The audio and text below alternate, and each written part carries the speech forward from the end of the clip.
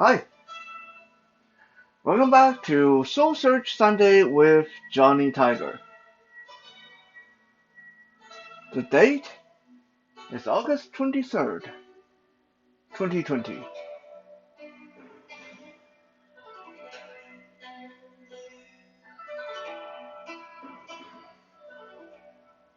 As many of you know, this has been a rather stressful week for me. I feel like I just been through a nightmare. I spent the entire week worrying about my cat Tiger dying. Spent the week trying to find the money to get him the treatment he needed to keep him alive. Spent a week watching him starving himself to death slowly, one day at a time. And finally, we are beginning to see some improvement. Tiger has eaten all his food last night. He's drinking a lot of water. He is actually quite energetic, as you guys can see in the previous two videos. Um, and he even started taking treats and other food items from my hand. So that makes me feel that this all has been worth it, and I made the right choice by fighting so hard to keep him alive.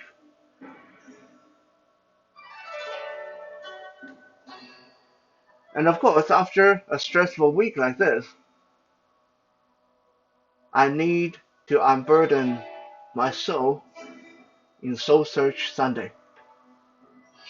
So this is more for me than for anyone else.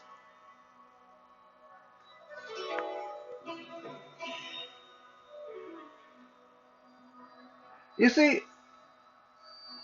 Tiger's been with me for almost 16 years.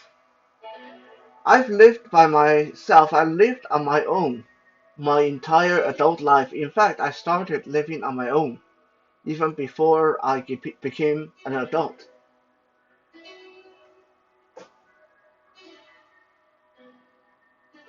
Living on your own is both good and bad. You have independence, you learn responsibility, you can do whatever you like as long as you can face the consequences. But it is lonely existence. At the end of the day, you come home, there's no one there that needs anything from you, there's no one there to give you anything. There's almost no one, nothing that's worthwhile coming home to. So when I first started living on my own as a young adult, I really didn't spend that much time home. I hated coming home. I hated that loneliness. I got into a lot of parties and volunteer projects and work and school projects and so on and so on. And all of that was because I was afraid to come home to an empty house. And then a very ferocious kitten came into my life, and ever since then, home has been different. Ever since then, I look forward to come home because I know there is someone here who really look forward to for me to come home.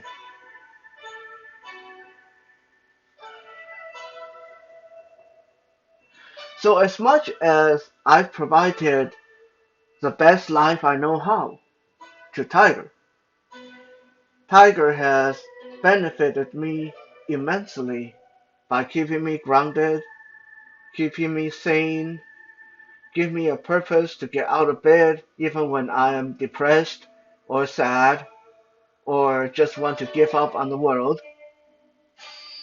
He has given me a purpose.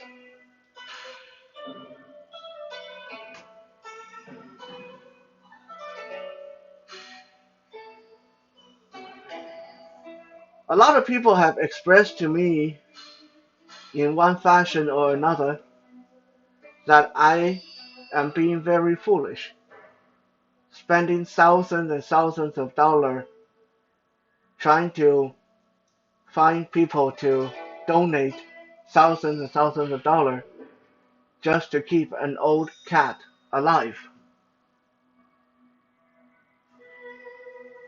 Even my own mother said that to me just last night. She said, "You know you're being rather foolish, right? He is an old cat. Even if you can save him, how much longer will you get out of him? How much enjoyment will you get out of him? A year, 2 years, and then what? You have to do this all over again? Another $3,000 or $4,000, and then eventually he's going to die. You're being very foolish. He's old. You've done the best you can to make him happy his whole life. Put him down. Let him go."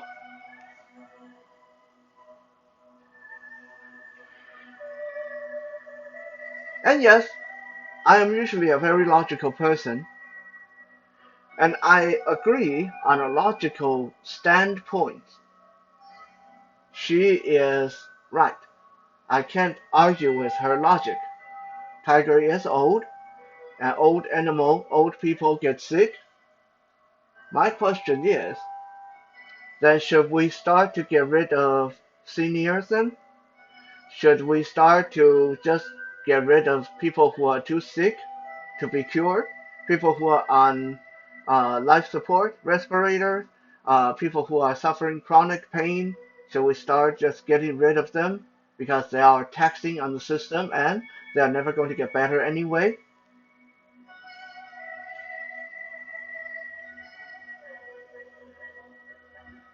All I can say is I'm glad that my personality is more like my father than like my mother.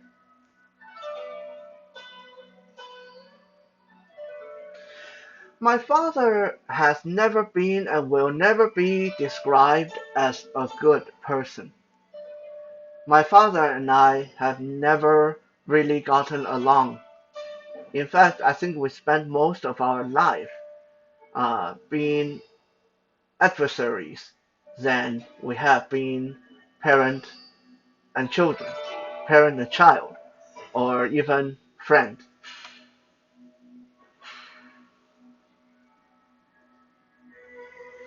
Even the lifestyle he's chosen, he has never been what you would call a good citizen. I don't want to go into too much details because a lot of this will be covered on the upcoming Johnny Tiger documentary. But I will just say this. Even though my father described himself as just a businessman, that would be as much an understatement as the Godfather saying he's just a guy who's trying to get by. In fact, if you take The Godfather and put my father in that role, you come very close to getting a glimpse of what lifestyle, what kind of guy my dad was. He was not a nice guy. He was violent. He was despicable. He did a lot of bad things. Uh, he owned businesses. He ruined businesses. He had connections both with criminal elements and the government and military and police. In his own word, he was a businessman who had both the black and the white connection. He could deal above the table and under the table equally well, and he was a multimillionaire. I'm saying this not to brag about my father, but I need to say this to uh, for what I'm going to say next to make sense. because otherwise some people are going to uh, judge my father and cast all kind of judgment and reach different kind of conclusions. And I don't want that to detract from what I'm trying to say about him today. But before I talk about my father, let me say this about my grandfather. Okay, my grandfather was already gone when I was born. He wasn't there. He was dead. He died young. If my father was a monster, then you can say my grandfather was the devil. Whatever my father was, my grandfather was 3 times worse. He was also rich. He was also uh, dealing in both the criminal element and the government element. He was very well connected. He was very, very, very violent, very aggressive. This is a grandfather that I never got to know. But a few years ago, there was a book published in Taiwan regarding modern Taiwanese history. In this book was listed the top 200 most influential citizens in modern Taiwanese history. And my grandfather was among the top 200, was among the 200 names that mentioned in this book. So some people may say, how can this be? If he was violent and criminal and this or that, if he was a no good human being, how did he become one of the top 200 most influential, most remembered Taiwanese citizen in the last uh, 70, 80 years? This goes back to when the Chinese government came over to Taiwan and took things over. There was a lot of infighting. There was a lot of rebellions from Taiwanese people. If you guys want more details, look up the 228 incidents in Taiwan or February 28 incidents in Taiwan. You will read up all about it. So I'm not going to go into details. That's more something for Wisdom Wednesday anyway. So suffice to say, during the 228 incidents, thousands and thousands of Taiwanese people got killed by the new Chinese government. In my city, there were 80, almost 100 uh, Taiwanese businessmen, government officials, uh, local uh, bankers, and local people that were slated to be executed by the Chinese government. My grandfather, rather than just sitting on his butt or standing aside because he wanted to protect his interests, rather than staying safe and stay in hiding, came out and basically said, no one is going to kill this many Taiwanese people in my city, no matter if they were the government or not. So he risked his life calling in favors owed to him by several Chinese generals, and finally had these people successfully released. This criminal, this bad, violent person was single-handedly responsible for saving the lives of almost 100 influential Taiwanese people in his town, even though he didn't have to, even at the risk of his own life. That was my grandfather. No one was going to be left behind if they were family, if they were from his flock.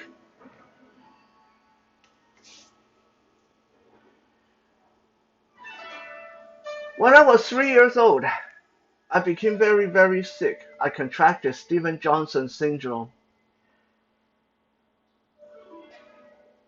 In short, my entire body started rejecting itself. My immune system rebelled, basically. My skins were fluffing off of me. I looked like an overcooked turkey. I was disgusting. I was losing blood. I was oozing pus. I was just disgusting. I was so disgusting, my own mother didn't even want to touch me. And even though she wouldn't have said so, if it was up to her, she would probably treat me like how she think I should have treated Tiger. I was, after all, only 3 years old. I wasn't on this world that long. It was going to take millions and millions of dollars to keep me alive. So she was young, she was pretty. So why bother keeping me alive? Just let me go, and she and my dad could have had another baby in a year time. Lucky for me, it wasn't up to her.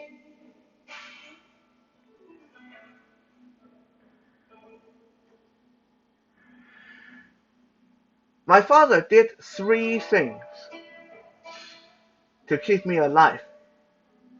Three things in the course of trying to save me. First was on the very same day I came down sick.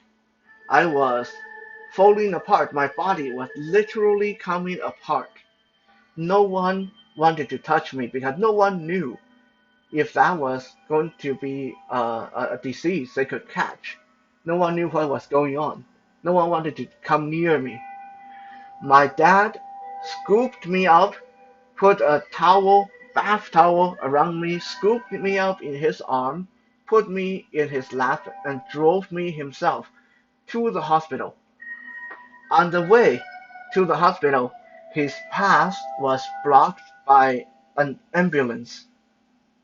There was like an accident or something, and an ambulance blocked his way. Now, a lot of other people would say, go around, find a different route, and or wait for the ambulance to clear the path or something. Not my father. My father said no one is going to stop my son being saved. No one is going to keep my son away from medical care he needed right now. My dad grabbed an axe, a honest to God axe out of the trunk of his car. Don't ask me why he kept an axe in his car. I already said he was violent and that way, that kind of a criminally inclined. So you can come to your own conclusion. My dad grabbed an axe out of his trunk and single-handedly dismantled that ambulance right there on the street. He trashed the ambulance until he could drove his car over what was left of it. Didn't take him that long either. My dad was a very strong dude. And at the time, that he was under a lot of desperation and rage and sadness. So it really didn't take him long to trash that ambulance. And we are talking about 1983, somewhere around that. So I imagine the ambulance in Taiwan were not really that sturdy.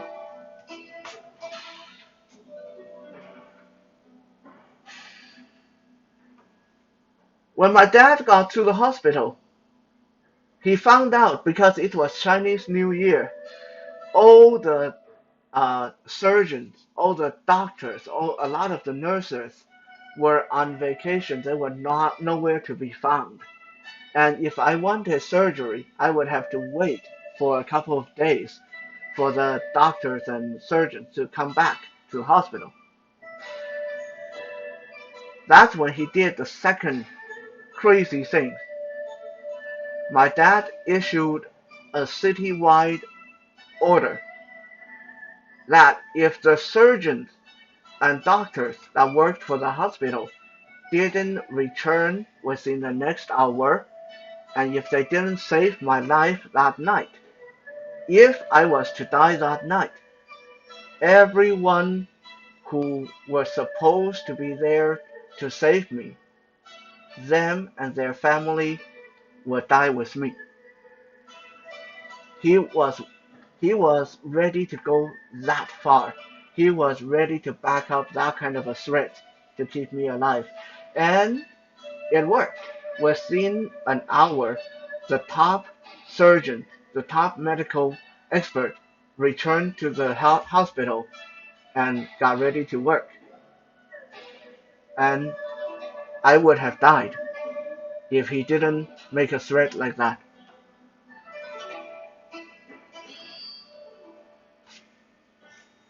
The third thing that he did that still touched me really, really deep today was when the doctors informed him that I was going to go blind, that there was nothing they could do to save my eyes. My father, without missing a beat, asked them if he could donate his own eyes for me. Obviously, that wasn't going to work because he was an adult and I was a child, and not it just wasn't going to work. But he was totally ready to do so if that could save my eyesight. He was ready to live the rest of his life blind if it meant that I could see. My dad was bad and violent and criminally inclined, but he didn't believe in leaving anyone behind if they were of his flock, his family, his blood.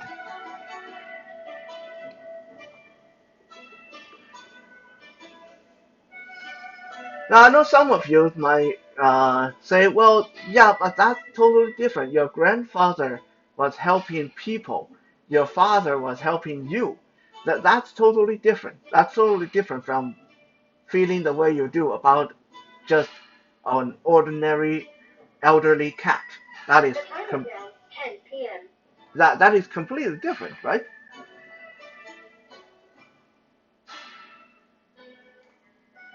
Before I was born, my father had a dog. He really loved that dog. That dog made him feel welcome when he came home at night after running his uh, businesses. Yeah, we'll call them businesses. Whatever. After he ran his business, he came home and the dog made him feel welcome. The dog made him feel that there at least something in this world that loved him unconditionally. One day, the dog up and disappeared. My dad drove all over the city. He had his underlings search all over the city for that dog for days and days. Finally, one of his underlings told him that probably what happened was the dog got stolen by someone who sold dog meat. There were a lot of restaurants, there were a lot of vendors that sold dog meat in our city. And they never used dogs that were bred for that purpose. They would go out and try to steal people's dogs. They would go out and try to catch stray dogs and use the meat to make money. After my dad heard that probably was what happened to his dog, my dad declared to everyone in the city, everyone in the underworld of the city, every street corner, everyone who ran marketplaces knew what he said.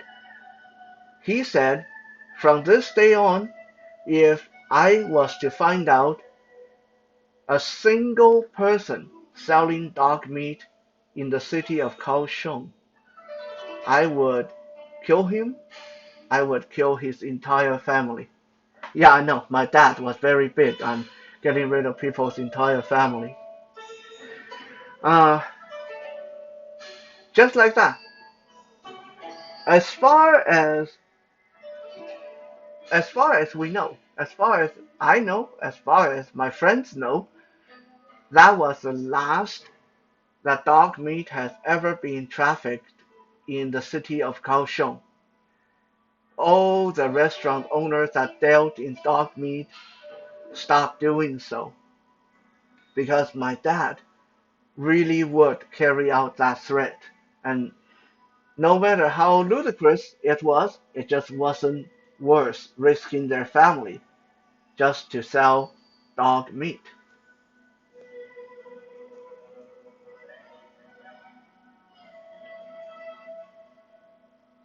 Fast forward 30 odd years,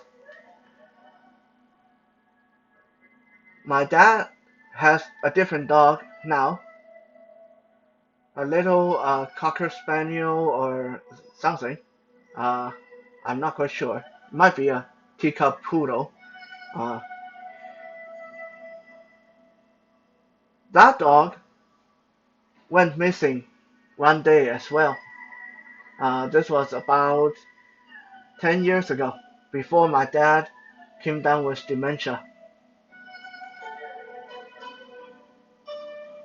When that dog went missing, my dad, this implacable, indomitable, violent, seemingly cruel person who seemed to not have a heart, this person, proud, sure of himself, stubborn, he went and stood at the cross street, the street corner, near where they live, the street corner where he saw his dog last. He stood there with a megaphone 5 days in a row, just calling that dog's name almost 8 hours a day, no matter how hot it was. I mean, we're talking about like, 40 degrees Celsius, 35 degrees Celsius. In going by Fahrenheit, we would be looking at somewhere in the 90s degree. He stand out there, this old man, this proud, implacable, heartless old man, stood there under the Taiwanese sun with a megaphone. Didn't care how people were laughing at him. Stood there with a megaphone calling out his dog's name 5 days in a row until, surprise, surprise, the dog came home. He wasn't ready to leave the dog behind.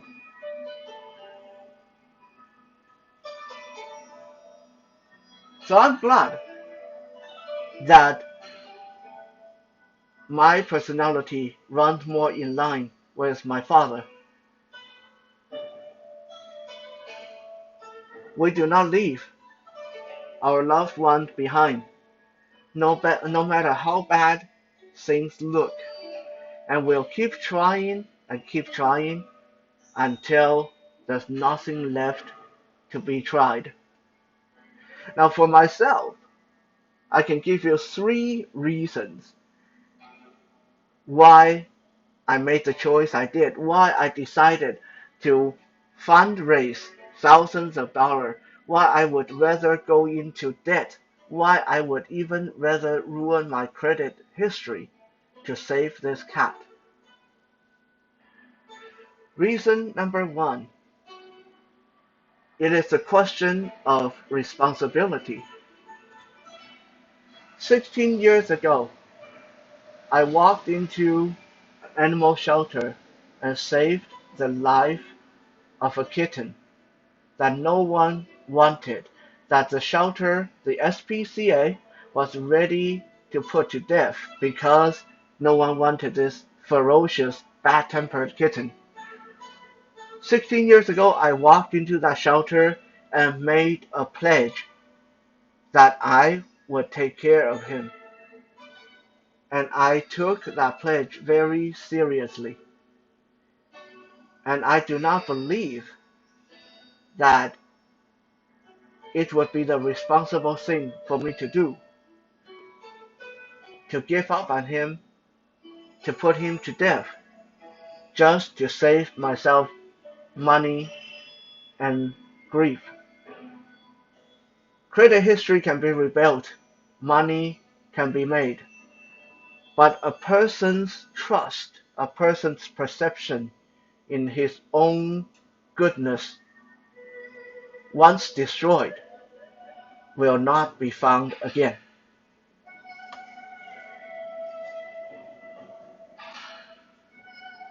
Reason number two, humility. Because I believe that we do not have the right to make that call unless it is without a doubt what the animal wants. If Tiger gave me the impression that he was ready to go, that he wasn't even fighting anymore, that he was giving up on life, I would have put him down without a second thought.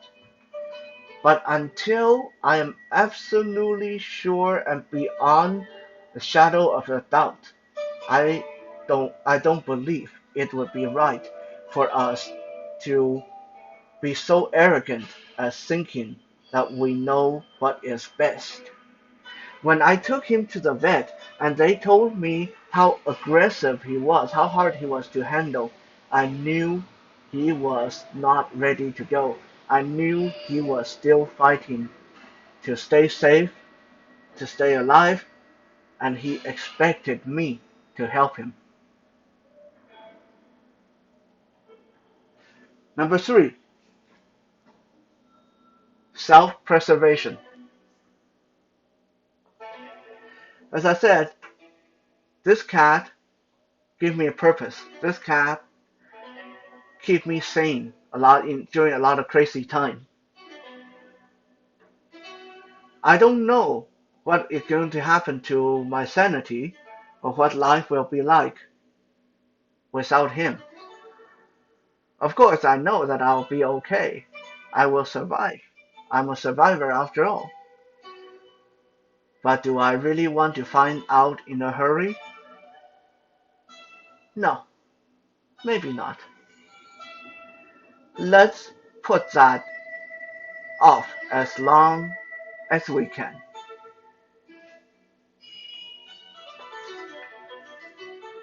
Thank you for checking out today's Soul Search Sunday. We'll be back again tomorrow for Music Monday. For now, have a good night and stay safe.